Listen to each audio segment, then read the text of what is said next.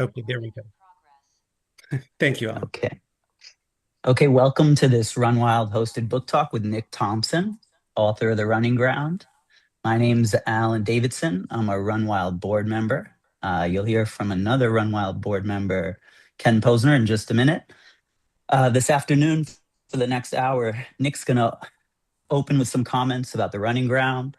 Then we'll have some time for a Q&A for all of us to ask questions.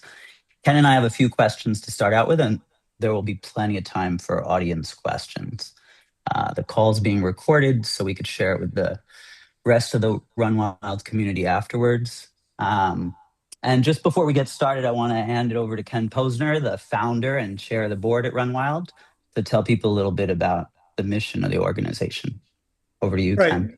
Yeah, thanks, Alan. I'll be very brief. But for those of you who don't know us, Run Wild is a New York not-for-profit 501(c)(3). Our mission is to support land conservation and stewardship, which we do by organizing races and through other fundraising activities. Our races include some iconic events in the Hudson Valley, including Manitou's Revenge, which is the 54-mile ultramarathon in the Catskills, and the SRT Run, which is a 70-mile unsupported point-to-point run in the Shawangunk Mountains. And we have races in Fahnestock, in Rockefeller State Park, a preserve, and in other places. Over the last few years, we've raised and contributed close to $500,000 towards land acquisitions and stewardship, including we helped with the permanent protection of the Vercator waterfall in Minnewaska, and we've supported the New York, New Jersey Trail Conference and other important organizations in the area. And I will mention we are ramping up on a very important land acquisition project in the Catskills. So stay tuned to that to learn more about Run Wild, sign up for our newsletter, participate in our races. You can visit www.runwildhv.org. Thanks for the advertisement. Back to you, Alan. Thanks, Ken. I'll give a short intro to Nick, who I met sometime early in the pandemic while we were both running in the Catskills. My intro will be pretty short since I think many people already know Nick's a very highly regarded writer, journalist, and editor. And as the current CEO of The Atlantic, the publication has been doing fantastically well with uh, maybe more interesting to the crowd today is that Nick is also a very passionate runner. He's set age group records for the 50K and 50-mile distance in recent years. And like many of us here today, and who'll be listening, he is very much in love with the Catskills. So with that short intro out of the way, Nick, why don't you take it from here? I'm Nick Thompson. Thanks for introducing me, Alan. I will say I do love running in the Catskills. I don't log quite as many miles in Bovina as Alan does. Um, should I just talk a little bit about where the idea from the book came from? Okay, Yeah, that would be great. great. So I decided to write the book in actually right about when I met Alan. It was right at the beginning of, it's a little bit before quarantine. It was in February of 2020. And I had gone through this interesting process where I had, it makes most sense if I go back a little bit in time. So when in my 20s, I had wanted to run marathons. I had a hard time cracking 3 hours, like a lot of people. Then I had cracked 3 hours. Woohoo! Felt awesome. And then I joined the Central Park Track Club. Norman had recently retired, and I ran a 2:43, which was amazing. And then right afterwards, went to the doctor's office and I got diagnosed with thyroid cancer. You can see me right here. There's still a scar. And I went through a couple surgeries in a really hard time. And then 2 years later, I came back. Running was extremely important. It's extremely important for me to run again. And I ran exactly 2:43. It was amazing. Then the next 12 years or so, I ran marathon after marathon after marathon after marathon after marathon. And I basically only ran 2:43s.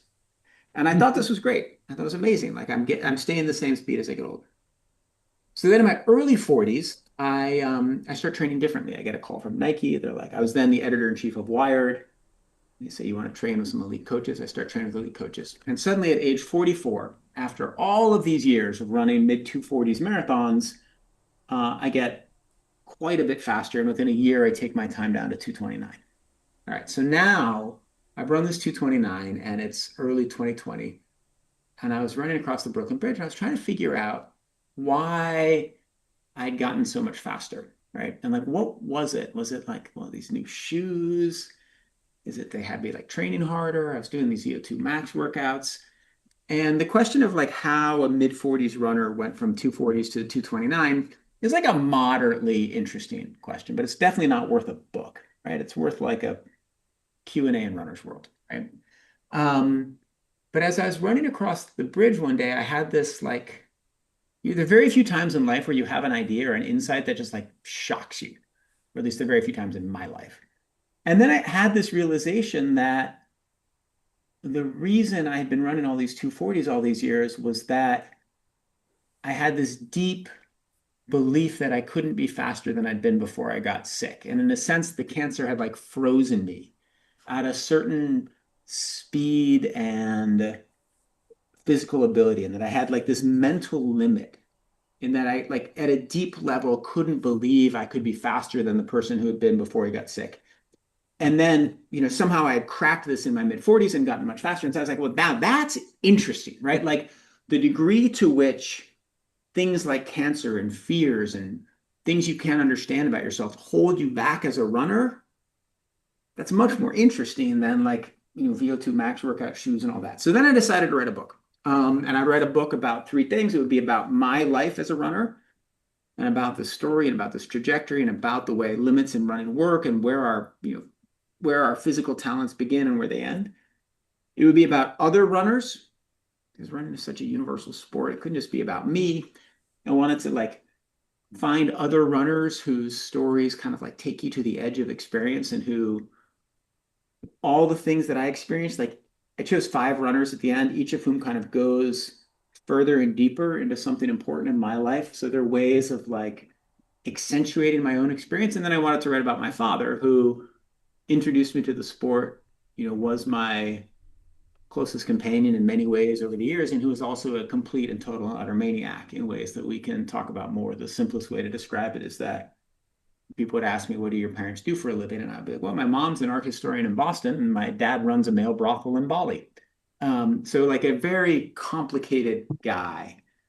So I decided to write a book about those three elements: about my father, his relationship to running, how he got me into the sport, how running helped hold our relationship together, how I used running to mourn him after he died, about my relationship to running, about the way limitations work, about what I learned, how I got through them, and then about these five other runners. I didn't know what runners I was going to profile. I didn't know there'd be five when I started the process, but that's how I began, and then that's how I ended up a few years later with the book, and how I ended up here on this Zoom call with all of you. Thanks, Nick. If it's all right, I think we can open it up to questions. Do it. I have a simple question for you that I always wonder about whenever I see a book on the shelves is like, how did you choose the title? How did you narrow it down and choose the title? Yeah, it's funny. So the title, for a long time, the title on the proposal and the title, like it's still the title on my like Dropbox folder and Evernote folder, is Run for Your Life. And it's a book about running, it's a book about life. That's a nice little phrase, but I hated it, because it's so generic, right? Like really anybody's running memoir could be called Run for Your Life, right? Like, I don't know, Sarah Hall just put out a book. It could be called Run for Your Life, right? Like literally, they all could be called Run for Your Life. There's nothing specific about it. But I couldn't beat it. Like I couldn't come up with a better title. Like all the ones that were specific to my life didn't really ring. And I would do these title tests, and Run for Your Life always won. And then um, I was in my office in the Catskills, and I was looking at this old print from Maximus Tyre, a Roman philosopher. And it was something my father had given to me. And even better, it was something my father had given to me to pay off a loan. My father had gone bankrupt, and I had like always kind of financially supported him. And then, to pay me back, he would give me, objects and art. And so he gave me this print. And in it, Maximus is describing his, views of religion and his views of life. And he says, essentially, you can find God in whatever you love, whether it's music, whether it's the sight of a beloved, or whether it's a running ground. And I just loved that image. He was talking about a Greek track, right? And that you can find God and you can find divinity, you can find meaning in whatever you look at carefully and care about. And so the combination of that wonderful phrase, the resonance of it, and the fact I learned later that my father had actually stolen it from my mother in their divorce and exfiltrated it from the house. So all those facts together made it just the perfect title. So I love the title. It's probably a little more confusing, like maybe Run for Your Life looks better in the bookstore window, but Running Ground is a much more personal title. So that's where it came from. And did people like agree with you that it sounded better? Like when you asked your wife or asked your friends, did they say, "Oh, the running ground's the right one"? Yeah, Or when I told them the story, they all liked it. There was definitely a moment, there was like a thread with my agent and my publisher where I was like, I want to call it the Running Ground. And they're like, I don't know, I think it should still be Run for Your Life. And I was like, no, no, no, this is why the Running Ground's a better title. And then they all agreed. Yeah. okay, great. But it's I think interesting. I did not have a like second, like I really, if the book was called Run for Your Life, I would be like, I mean, maybe it would have become a number one bestseller. Like, would have been such a resonant title, but I just didn't like it. Didn't feel right. Yeah, I think for me, I mean, I remember reading your book pretty quickly on a few airplane rides earlier this year. And I remember that the title really stuck with me and has stuck with me. Like, if people ask, what is it about? Uh, the title sticks with you and makes Yeah. you think, like, oh, it's about a lot of things. Read it. Right. You Right. deal Yeah, with the good. title. Yeah, that's the hope. Where if it was Run for Your Life, you might be like, wait, what is it called? Is it called Time to Run? Is it called Run for Your Life? Is it called Running for Your Life? So the running ground works. Yeah, yeah. Um, okay, I have another question for you, then I think we'll Great. open it up to Ken and others. So I think you mentioned there's about five people that you profile in the book, other Yeah. runners that have some interesting relation to your life or your interests. Is there anyone else you wish you could profile? Okay, so that's a good question. So I started out with a list of like 100 people. And at first I thought I would just choose any kind of runner, right? Like I had like the initial list had like I remember it had Eliud Kipchoge, like Mary Kane, right? Like well-known runners who were interesting in different ways. And then at some point I was like, no, what are you talking about? Like who there's a lot written about Eliud Kipchoge. Like I'm not gonna what can I possibly say about him to be interesting? And also this is a book about my life. It has to be people who intersect with my life. And so once I chose that, then suddenly the list of 100 becomes a list of 20. Um, and or maybe it was, a list of 20, which included three of the five I initially included. And then as I went through, I would, just talk to people about who's interesting. I kept my eyes open and then I added and subtracted. There was one person who I wrote a whole chapter about and interviewed multiple times. So I ended up removing from the book just because it didn't quite flow right. It was a great runner who I had competed against in high school, who had then used running as a way to kind of get through alcoholism and suicidal thoughts when he was in his early 40s, who'd been there who was connected to the scene of the Boston bombing, had been working in a bar there. But it didn't quite fit the story, so I cut it. The one who I wish I had known about, this was actually an amazing story, but I didn't learn it until after the book was out, is a friend of mine named LaShondra. And she had been a teammate of mine in high school and a teammate of mine in college. Um, and she grew up in Compton, in rough neighborhood, and somehow like ended up at a track and like ran, and the coach saw her, she was fast and started training, and it turned out she was amazing, right? And this is a track and a coach like Allison Felix was a couple years younger than her. It was the same place where the Williams sister trained. It's like a place for elite athletes, and LaShondra was awesome. And the coach was like, you're gonna, she ran like I'm going to say a 55-second quarter mile while she's 12, right? Like just phenomenally fast. But then she, in the eighth grade, learned about the school called Andover. Much like my dad. My dad had grown up in Oklahoma and like learned about Andover from a magazine and like applied in secret and snuck off and went. And LaShondra kind of the same way, learned about Andover through, some outreach program in Compton and applied and went. And then from Andover, she went to Stanford, right? So she leaves Compton and she like goes to these very elite schools. And I remember LaShondra because she was really fast. But what her coach felt was that she'd given up on it, right? She both like sold out her community and like given up on her talent. Um, and because she was fast, but she wasn't going to make the Olympics. You go to Andover and Stanford, and you get like, I mean, obviously you can make the Olympics, but like she got distracted and wasn't training as hard and did all these extracurriculars, and so she ran this race. She went down to UCLA her senior year at Stanford, and she was at that point was running like two flat or like I don't know, maybe 205. No, it wouldn't have been two flat. Two flat super fast then. She was running like 208 for the 800, and her coach, her old coach, comes to the meet and says, LaShondra, you blew it. You could have been the greatest, and it breaks your heart. But then she goes through life, and she's gone to Andover and Stanford, and she's super smart. Um, and like things go well, and she ends up as like one of Biden's top COVID advisors. And so she's on TV all the time during COVID talking about it. And she told me that her coach had written her a letter saying how proud he was of her and how he apologized for having said that to her when she had been at Stanford, and that actually she had clearly made the right choice given what she was doing to the country and the community working with Biden on COVID. I just thought that was an incredible story. But I didn't know that when I was working on the book. I only learned it. I was having coffee with LaShondra after the book came out, and she told me that story. I was like, damn, I wish you told me that 2 years ago. Like, I would 100% have included it. Wow. Yeah. Well, maybe you'll have to write another one. I know. It's interesting. I haven't found that she's probably there are a few people who have interesting stories who connect to my life, but that's the one where that's the one that's like gold. So, Alan, can I jump in here? Because you talked about Nick's next running book.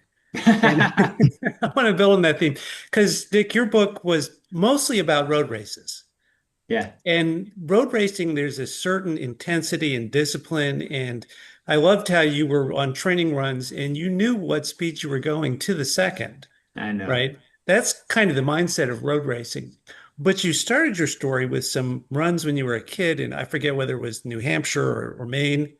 And then at the end of the book, you mentioned the Catskills. So I just wonder if there's a trail running story in your future. Well, it's interesting. I have, as the last couple of years, I've shifted much more towards trail running. So I started, I mean, it's hard to trail run because I live in New York and I work in Manhattan and I live in Brooklyn. But every summer I would go and I would run the escarpment race, right? It's very small Yep. compared to Manitou, but it's some of the Manitou course, right? Is You've on the got a escarpment. bunch of escarpment runners on this call, by the way. Yeah. And I love it. And that was my first real excursion into trail racing. And I was terrible at it, and I was like a pretty quick marathoner and I'd do fine on the flats and reasonably well on the ups. And I would just get destroyed on the downs. Like, and, I'd just be running. Like, I just remember like 10 people would go past me on every downhill because I didn't know how to do it.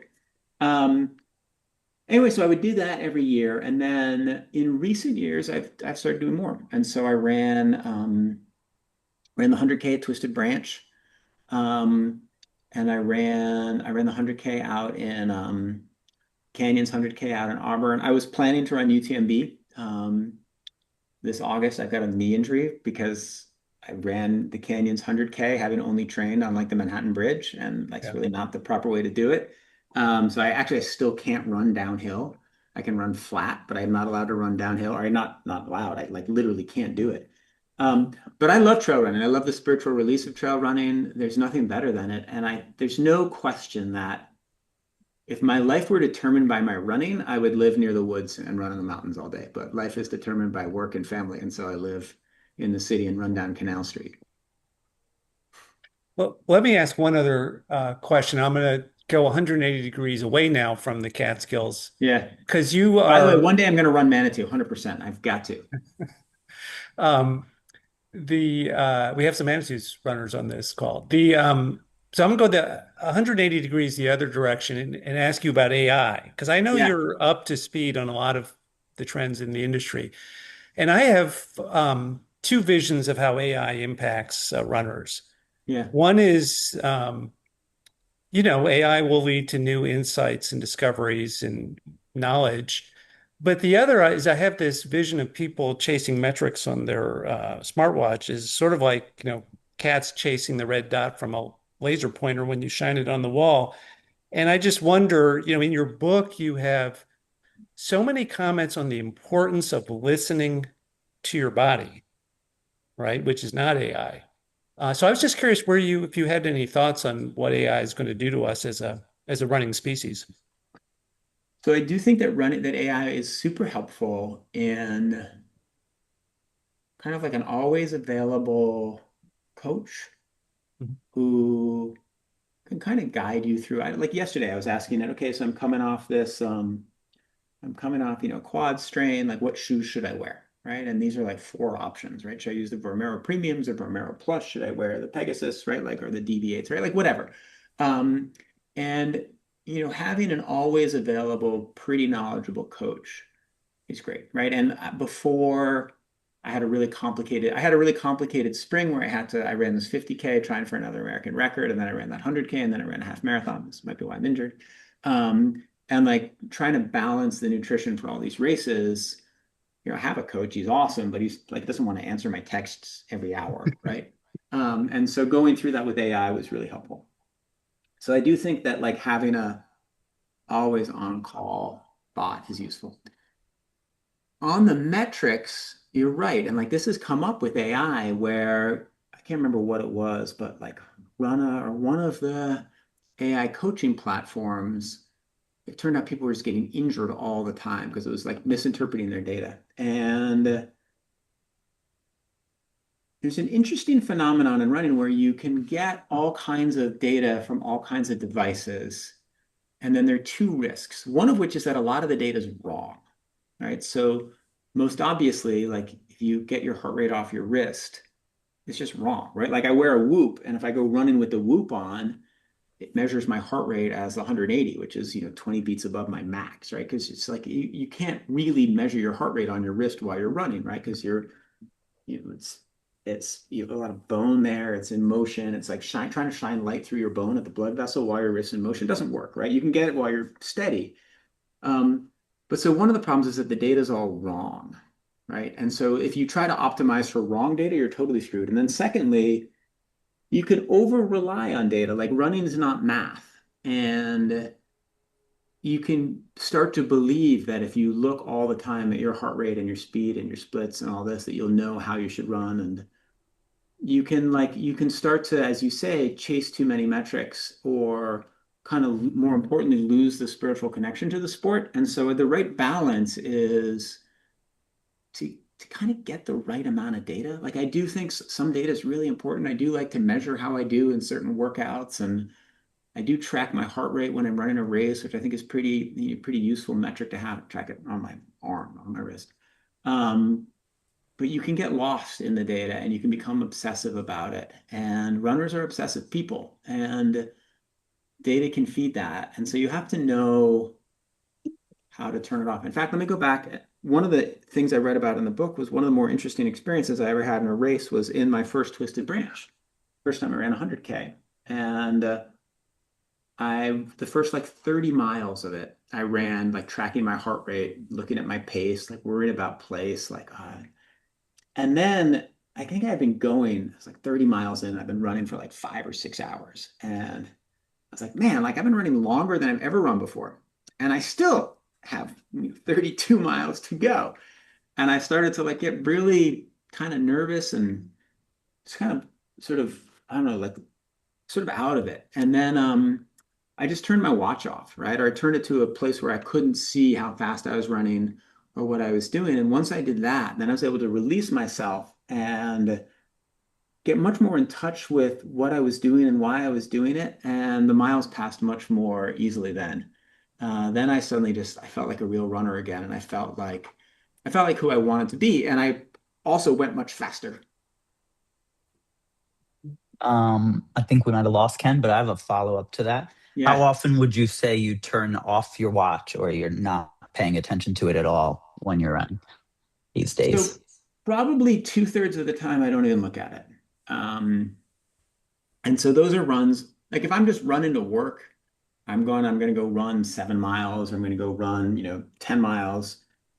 And it's either a recovery run or maintenance run. I don't even bother, right? I turn it so I can log it and it goes into Strava, but I'm not checking the time as I go.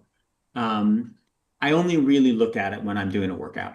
And then, when I'm trying to like measure how fast I'm doing, or when I've got a specific goal, right? I'm going to do 8 by 800 and I'm going to try to hit these splits. Then I pay a lot of attention to it. And also, I guess I look at it if I'm like, I got to be home by a certain time. It's a good reason. Yeah.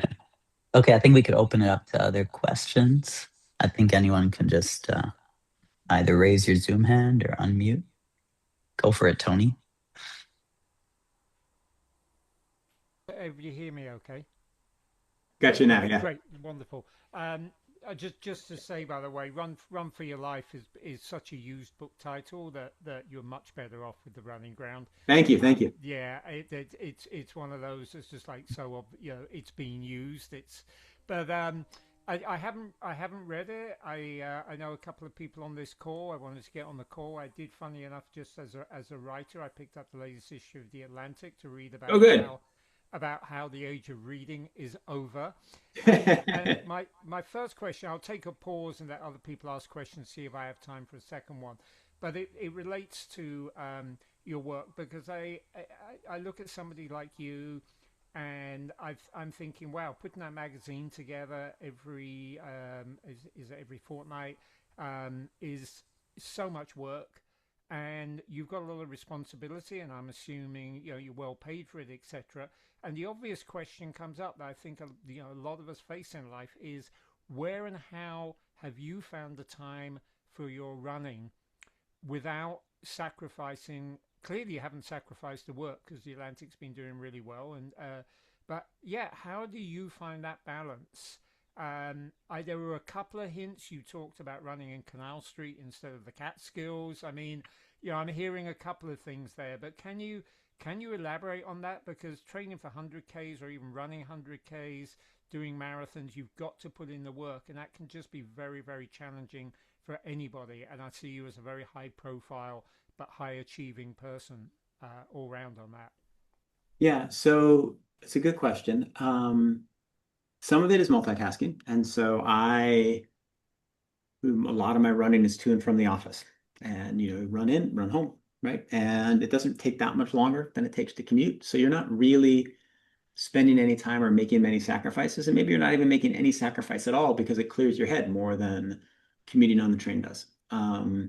It's a way like I get up and I work, then my kids come downstairs, we have breakfast, we hang out, I run, reset, do my job, run home, play with my kids again, right? And so, I'm not sacrificing that much. But I would be lying to say I'm not sacrificing things, right? There are definitely days where, I run instead of, you're at a conference and there's like a morning event and you skip the morning event. And the morning event is valuable. Like you went to the conference to meet the people and learn the things, and I go and run 20 miles. And it's just a set of trade-offs. And I use the running as, my life I think kind of works because of the running. I think I'm able to have a very stressful, high intensity life in part because I have this release. Maybe if I didn't have running as a release, I'd find something else. But I think that running has value in allowing me to be very focused when I'm at my job and to work hard. And it gives me sort of a counterbalance to it. I also think that there are things that you learn from running that are valuable to a hard job.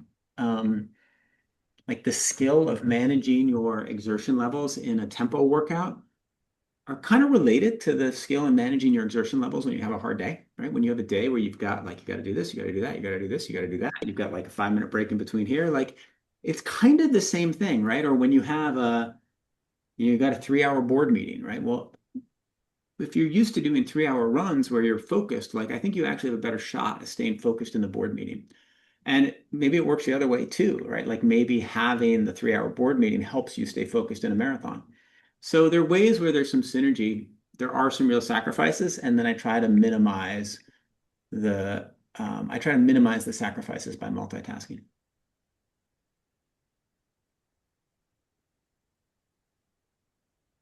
But I also could train more for my 100Ks, I think. Other Hey, questions? hey, Nick, it's Ken. Oh, sorry. Go ahead, Heidi. I'm a real fan, not just of your running, but I love the Atlantic. I think it's Oh, very thank you. cutting edge. My husband and I are avid supporters. All Great. my Thank you. kids also have subscriptions. So thank you for what Wow. you do. Thank you. Really, really, really happy to have this opportunity. And I thank the Run Wild board for bringing you to us because it's such a pleasure. But in any event, I read your book just before I ran the Boston Marathon for the first time this Oh, past wow. year. And I have to say, it was so inspirational and gave me a lot of mantras to help me get to my goal of qualifying to run it again next year. Nice. Love your little Congratulations. pennies and spending them wisely, always, of course. But I really, on that subject, I just ran in the team championships in New York City yesterday. Wow. No, Sunday, excuse me, not yesterday. Anyway, we did great. I had a great race. It was fun. But, sometimes when I'm racing and I'm trying to get to that finish line and I know it's there, you're focusing, you're putting every ounce of energy into it. And I did trail running also. And it's the same with the trail running. You want to get to a finishing spot, and you have to play a lot of mind games to get there sometimes because you're trying to really push yourself, Yeah. maybe more than you think you're capable of going, and you want to get there. So I'm curious, you must, when you are running, have obviously many goals, and you've accomplished so many of those goals with all your road races and your ultra running, because I followed both of those. I'm wondering, like, do you constantly think of new ones? Do you rely on old ones? And how do you push yourself to get to those last lines? Because to me, that's really hard for a runner. You can put in all the hours, you can put in all the training, but it's really your mind that's going to control your outcome, I think, in many of the races that we run. So I'd be Yeah. curious to know how your brilliant mind focuses to get you to that finish line. So I guess there are a couple parts to that. So there's the first part of like how I choose the goals in the races. And I tend to um I tend to be a little flexible based on how my training is going, what the time is, and I often adjust them as I go. So, this spring I really wanted to the most important thing was to take another crack at a different American record, right? I just turned 50, right? This is the year you should go for it because it's Big deal. when you're 54. Um, and I sort of had two chances at it. There was the Lake Warramog race in late April, and then there was the Mad City in early April. And I realized I couldn't, and I had planned to do Lake Warramog, and so I was focused on that. And then I realized I couldn't because my oldest son is going to college, and I had to take him out for his college admissions visit. It was like that gets scheduled, right? You don't know where he's going to get into college, so you can't actually schedule that far ahead. And so I had to pivot and run a race a couple weeks earlier, which ended up working great, right? And I ended up getting the record and had a good race. So I partly like I set the goals well in advance, but then I also adjust them. And then sometimes I don't get them right. My next goal is to run UTMB, and I clearly like I'm not going to do that. So now I'm trying to think about what comes next, and either it'll be the New York Marathon, or it'll be Tunnel Hill, or it'll be a December marathon, depending on when my knee heals. Um, so that's part of it, like setting these goals, adjusting them, moving them around, and then like having some things I really care about and some things I don't care about. And so when I have a racing season, there's only like one or two races that I actually care about and that, I try to focus on. And so, for example, like in the spring, I ran three big races. I ran the Mad City 50K, I ran the Canyons 100K, and I ran the New York Half Marathon. And honestly, like only one of them did I actually focus on, have a time goal. The other two would just like run well and do well. And so I think it's a little bit easier when you adjudicate that way instead of every race having a like very specific goal that you think about a lot. In the actual race, um, I try to almost like meditate, kind of like and try to like I plan a lot beforehand, right? So for Mad City, I had a very specific goal. Right? Okay, this is what the elevation is. This is what I want my mile splits to be. I studied other runners like split profile so I could have a better sense of like, okay, mile two is about 10 seconds slower than mile one. Right? If I'm gonna try to average this particular pace, I'll do this. And then I'll go back and I'll look at my heart rate at different paces. And so I'll have like very specific goals, but I'll also have these sort of plans for what happens if I fall off or plans if I'm behind pace or ahead of pace. And then during it, I'll meditate on, usually it's the sort of 1, 2, 3, 1, 2, 3, right foot, left foot, Ah, three, right foot, right. and just try to like keep the rest of everything at bay and keep all the doubts at bay and keep all those concerns at bay. And usually it works. Sometimes it doesn't. I completely shanked my last New York Marathon. So sometimes like I'm nowhere near what I want to be, but it's worked pretty well the last 7 or 8 years. I've definitely had more races where I've done just what I wanted than where I haven't. Well, I love the idea of the mantra, so I do use it, but I'm gonna work on that. So thank you It's very good. much. I It's appreciate very that. good because it kind of like once you start to worry that you're like falling behind, or once you're like maybe when you're on track, but you have like a mile left or you have 10 miles left, depending on the race, Yeah. it's very easy to like fall off. And Yes. but keeping the mantra kind of like can keep you settled and calm. I was trying it, the Thank left, you. right, left mantra the other day, Yeah, but then good. I somehow had to go left, right, left, and I guess you do right, left, right. I got a little confused. But Well, the way I do it is it's basically every third. So it's, right, left, right. So okay, yeah, okay. try that one. It's also like what it's good is I like it. I mean, you could have all kinds of things, but I like it because it also helps you keep yourself straight. Yep, yep. That's true. I've got a more general question, but I'm going to scan our participants to see if anybody else has a question, because I don't want to hog them. But wonder if you'd talk more generally about running and aging. And I noticed in your book you ended on with the Achilles injury. Yeah. And some of us, as we've gotten older, the various parts of our bodies start to make themselves known and become co-stars in our stories. Just any thoughts you have about how running changes for you as you get a little bit older, if it does? Well, I might be in the middle of that right now.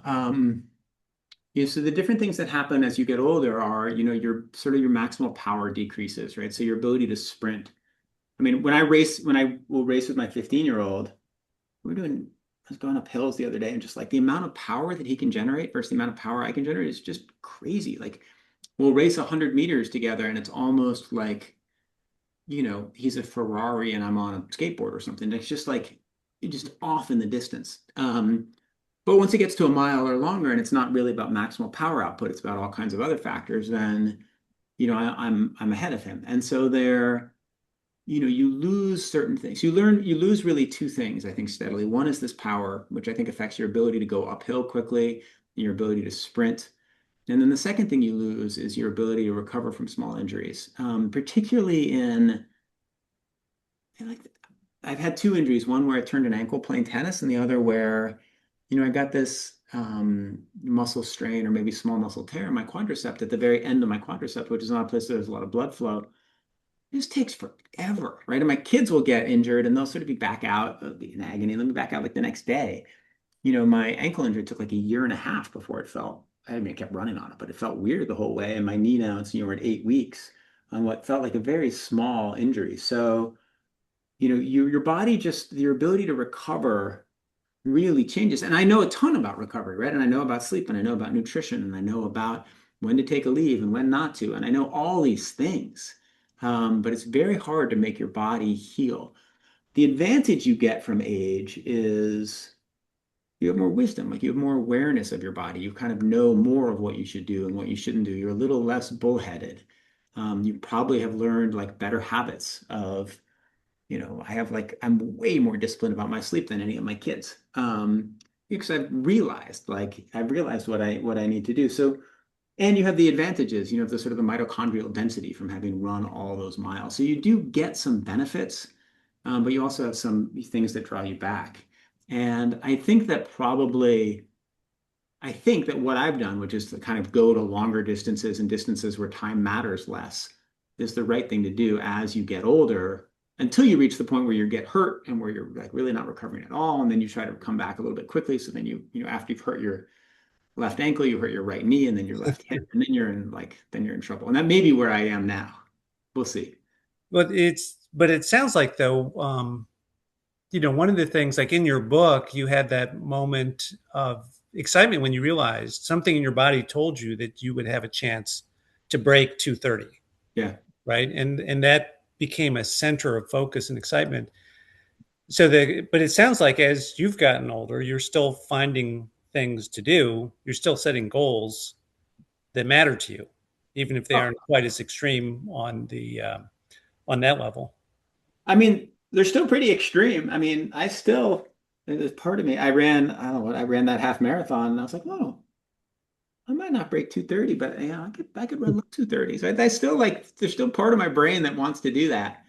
Um, Probably not going to do that, but I have, what hasn't happened to me yet, and I don't know what will happen when it does, is I still feel like I can set very fast goals and make them. And I feel like there are still distances where I can PR, right? I don't think I'm going to set a half marathon PR or a marathon PR, but I might still set my 50-mile PR, right? My 5K PR isn't that great. I could conceivably still break that. Like there are things that I can do that I haven't done before. I wanted to ask a question about your dad, but let me see, if Tony or Kim or Norman, if you have questions before I jump in there. By the way, hi Kim. It's been a while. I don't think I've talked to you in a few years, but hope you're I doing well. know. I was just gonna say we had that Sasquatch interview back in the COVID days. Yeah, Oh, did you? Okay. yeah, We did. Yeah, I don't have a question. More of a. I hope to do Manitous one day. yeah. It's I a would love to. It would be great. incredible experience. Yeah. Yeah, no, it seems like an amazing course. I had registered for the escarpment this year, but obviously my knee injury set me back. Yeah. I was Cool. actually going to ask about the aging as well, and Ken got in there on it, which is absolutely fine. I was and I mean, hopefully I can get to your book after I finish reading a new book by Damien Hall, who's the British ultra runner. That's actually about he felt himself really slowing down as he approached 50. Hmm. Maybe because he'd been setting some incredible records in his early 40s. I'm not quite sure if you're saying it's if I got it right, you're 54 right now. Is that what you're saying? 51. You're 51. I mean that's interesting. I peaked at the escarpment at 51, and I'd had when I've looked back, it's like late 40s. The peak is like the half marathon at 45, the Uh-huh. marathon at like 47, 48. I came to it kind of quite late, Yeah. and I am definitely on a downward slope, and it's it's a very interesting sort of intellectual pursuit at the moment Although because Tony just did complete Manitou's Revenge. Oh, amazing. Yeah, I did and complete it for the third time, and I wanted to yeah, say nobody runs the whole of that. Maybe the people at the front. We talk about running that race. I think we just like survive it. And the escarpment was just this weekend, just like 2 days ago. I mean, it's fascinating because my time. Uh, and I'm just wondering how relevant this is to asking you questions about it. But my time was pretty good for a 60-year-old, 62-year-old. It was Hmm. actually very, very good. Looking, it was a hot day, and it looks like everybody was a bit slower. It was also 20 minutes slower than I was 2 years ago, and that's a drop off. Yeah. And yet it's a good performance. So I've been doing. I know Ken looks into this as well. I don't know about other. It looks like we're all up here a little bit in age up here. Um, it's an interesting thing to study, and I don't know whether you've got to that point that I mean your marathon times are off the charts. I don't know whether you've got to that point of really seeing yourself slow. I know you've got an injury at the moment, but whether you're seeing yourself slow, year by year, the obvious thing to do is what you've said: just go after different distances because you'll every time you take on something new, you'll PR it. And that's, I mean, no, that's true. That's you. That's Yeah. kind of like that seems like the way to do it. Ken touched on that. I don't know if I've offered anything or added anything to that conversation, but it's definitely something that I think those of us on this call are all very, very aware of and trying to find the challenges and maybe just trying to slow down the process of slowing down. yeah. I mean, I Well, do think I definitely think there definitely will be points where definitely clearly slow down. I also feel like my hope is not just find different distances, but also figure out new ways of training and new ways and things that I can do differently and that sort of suit my body and are more efficient to like when I'm 53 than when I'm 52. And just keep experimenting with how to minimize the effects of aging. Cool. If I'm still running the escarpment at 62, I'll be psyched. Okay, so I'm going to jump in with a question about your father, if I may, Yeah, and it's sort please. of an awkward question. There's no awkward questions about my dad. Okay, well, and for those who haven't read the book, you described your dad as brilliant and having inexhaustible energy, Yep. but later in life, he appeared to you to be losing discipline, and partly it was some drinking, and partly it was a large number of boyfriends, and also letting properties fall into disrepair, not paying all the bills and things like that. And so I had the similar kind of reaction, and he had a lot of boyfriends, right? So, many of us might describe that as sexual addiction or whatever. But then I thought about myself, and I don't do I don't have boyfriends at the moment, but I run and I Mm-hmm. keep track of my races and I climb mountains and I do a lot of that. Yeah. And so I wondered if somebody would look at me and say, "Hey, Ken, you're addicted too." And so, in a sense, I'm sort of wondering if. And by the way, I drove my ex-wife nuts by not taking care of everything, not getting the grass mowed religiously, not fixing things until they broke, because I wanted to focus my time on work and family, but also on my obsession Yeah. with the running and hiking that I do. So I wondered if your dad is really that different from us runners, in the sense that his passion was different from ours. So we Yeah. can look at him and say he was undisciplined. But I'm wondering, maybe he's just as disciplined as us, but had different priorities in life. Just curious on your response to that. Yeah. I've never been asked that question. That's an interesting one. I mean, if I were to kind of agree with you, I would say, yeah, he was super disciplined, right? Like the ability to manage, let's say he slept with 400 people a year, right? And the ability to like manage that is very hard. Yeah. And to like keep them straight and to like get them in and out of the house and to, pay them all on time, right? Like very complicated stuff. Now, on the other hand, an addiction is partly you can't function without, and also you like really sabotage yourself with it. And he sabotaged himself relentlessly, like socially, economically, professionally, with this, with his, constant pursuit of these gentlemen. And I think it was something he couldn't stop. I don't know. It seems that I'm sure there were times where you didn't mow the lawn because you went running. Mhm. I think the amount of sabotage that my father did in pursuit of his, like driving himself to bankruptcy, which really was a result of these sort of sexual obsession, probably quite a level beyond what you did or what Okay. everybody on the Zoom call did. But it is interesting to think about it. Like, I suppose I could make the counterintuitive case that there was like real discipline in what he did. Well, I asked the question because I have sort of a thermodynamic view of life. There's energy, and then there's the discipline to manage the energy, Yeah. right? And so some people have high energy, some low energy, some more disciplined, some less disciplined. So it's interesting to consider, maybe he is the type of somebody with a lot of energy and less discipline, and maybe he's just different from the rest of us. I wanted to Well, also. actually, Mhm. I think that's very spot on. He was a man of high energy and low discipline, right? And I do think that like maybe another difference is that if you had asked Ken at the beginning of the year, what do you want to accomplish in the year? You would have said, well, I want to do this and I want to keep my marriage intact, but I also want to run these 5 races and I want to like keep my job. You'd ask my dad what he wants to do. He would be like, well, I want to write a book. I want to do this. I want to do that. And then at the end of the year, he'd have done none of those things because Right, it would have been like totally right. dissolute and reckless in his relationships. And so you had trade-offs, we have trade-offs, but Mhm. we don't abandon the goals that are more conscientious mindsets. Yeah. Okay. But I mean, we're just about out of time. So, Alan, if I may jump in with one last question, which maybe I'm stealing your fire, Alan, but Nick, in your book, you talk about running as a form of discipline, Yeah. right? And so, simple question: a bunch of us on the call here are involved in different ways with getting young people into running. And Yeah. your dad helped get you into running. And in your book, you talk about your kids, encouraging them without pushing them.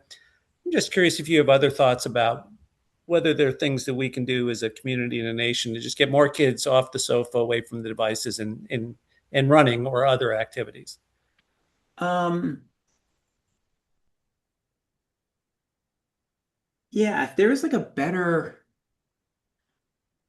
I wish there was a better way of having races and competition, right? So like I had one kid who like joins this track club and you go and you run the track meet and you're there for like 6 hours and you run for 7 seconds, right? It's like, Yeah. what are we doing? And he can like see the trade-off and the parents can see the trade-off, right? You go to a soccer game and you're there for like 2 hours and you're playing soccer for like an hour 40, right? And there's got to be a way, and the same thing with watching the sport where you go to the US national championships and you're there for a few hours and like, there's like 10 minutes of racing that you want to watch. And I don't know how to do it, but there's got to be a way to make track meets and track events like a little more fun for kids to participate in. Maybe there's the race you really care about, and then there are all a bunch of relay races that come after, or I don't know how to do it, but that was the hard thing for me about being a track parent, which was mercifully short. Um, but I don't know how to solve that problem. I'm going to turn it back over to Alan. Nick, I think we could keep asking you questions all day, but we don't want to jeopardize the Atlantic. We don't. I've been enjoying this. You guys are asking great questions, making me think. Can I ask one last question, Sure, if of that's course. okay? Yeah, Go go ahead, for Heidi. it, Heidi. I mean, Yeah. it's actually two. I'm going to squeeze them in really fast because I've been thinking about this a lot. I wanted to get your thoughts on two things. One is strength training, cross training, whatever you do to supplement your running to make you a stronger runner.